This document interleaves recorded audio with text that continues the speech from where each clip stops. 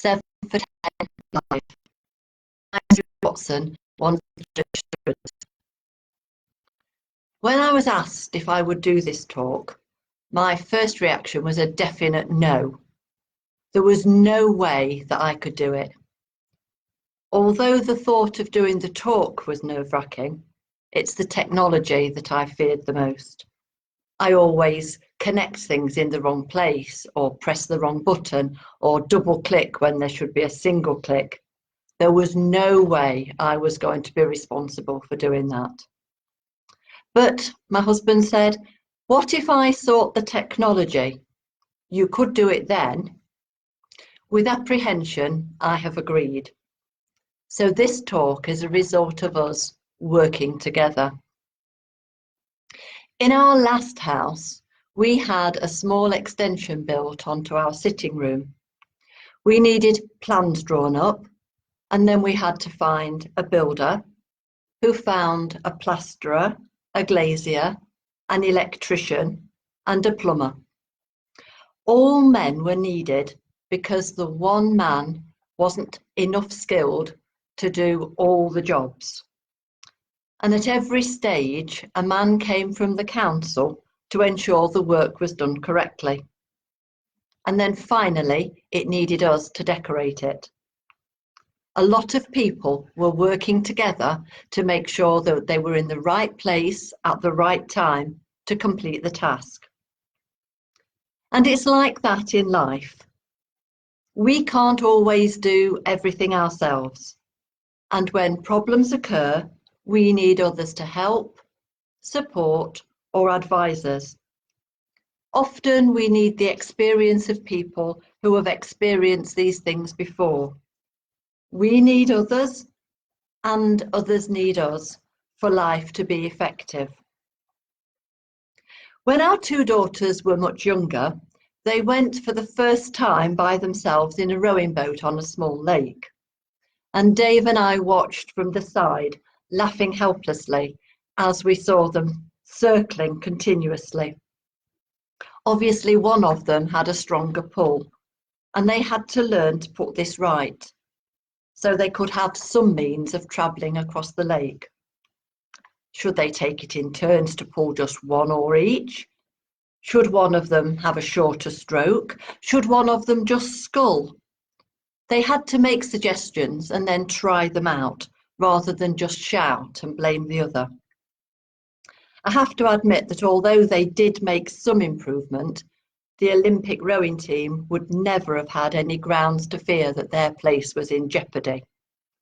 But they did learn, our daughters, that in one instance they had to work together. It's important for us to bear in mind that each one of us is an individual, and that individuality should be respected.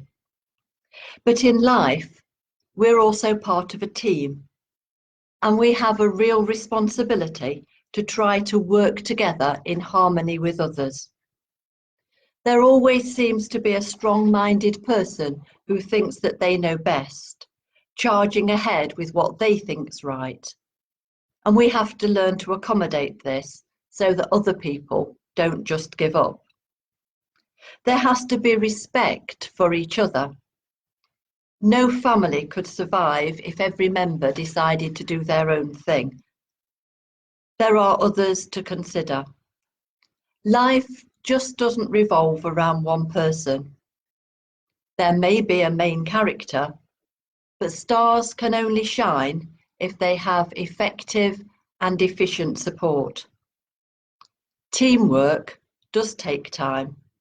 Working with others can be demanding. You could often do the job quicker or even better yourself, but you have to give others a chance. In the Bible, St. Paul writes a letter to the church in Corinth.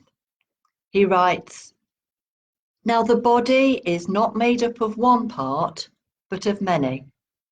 If the foot should say, 'Because I am not a hand, I do not belong to the body,' it would not for that reason cease to be part of the body.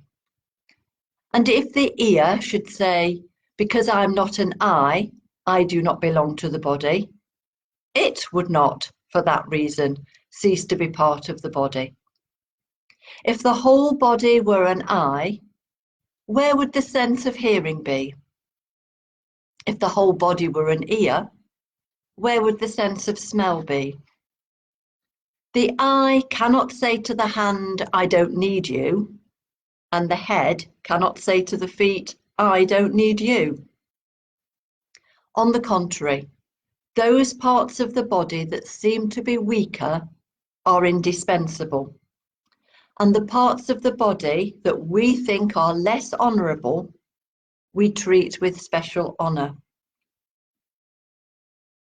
As the body has different parts for different purposes, so individuals have different skills that are all vital to get things done. We need people who can teach, people who can nurse and care, people who can govern or organise, people who can entertain or listen or pray. The list is endless. Everyone has some skill needed for life to be successful. In fact, as St. Paul emphasised, we need to support and help the weaker members so that they may gain confidence and ability. No one can dip out. We are all needed to do some role. There's a story from many years ago when there was an organist at St. Paul's Cathedral, and he noticed that the famous musician Mendelssohn was in the congregation. And so he sent him a note inviting him to play the organ at the end of the service. Mendelssohn agreed, and when the service was finished, the congregation stood up to leave. Mendelssohn went over to the organ. Lots of people stopped in their tracks as the organ sprang to life at the hands of the master, until in the middle of a glorious climatic piece, the organ groaned and then was silent. The explanation was simple. No one had told the organ blower that the organ was to be played at the end of the service, so he had straight away got up and gone home for his dinner. No one was there to pump more air in, so when the existing air had all been used up, the organ wouldn't play. Even the great musician needed the seemingly unimportant organ blower. We all need each other, however big or small a role. We can all listen to others, give encouragement or a friendly word. Let's not leave it to everyone else, or we might find that everyone else has left it to others too. So at this beginning of Lent, I challenge you to look at yourself as I look at myself and decide what kind of part do we play in our team, whether the team be the family, your work, your school, your club, or your church. Are you a leader or someone who sits back? Are you a complainer, a motivator, or a doer? Is there anything that we could alter in our approach? Could we try to do something new? Or could we try and treat others a little differently?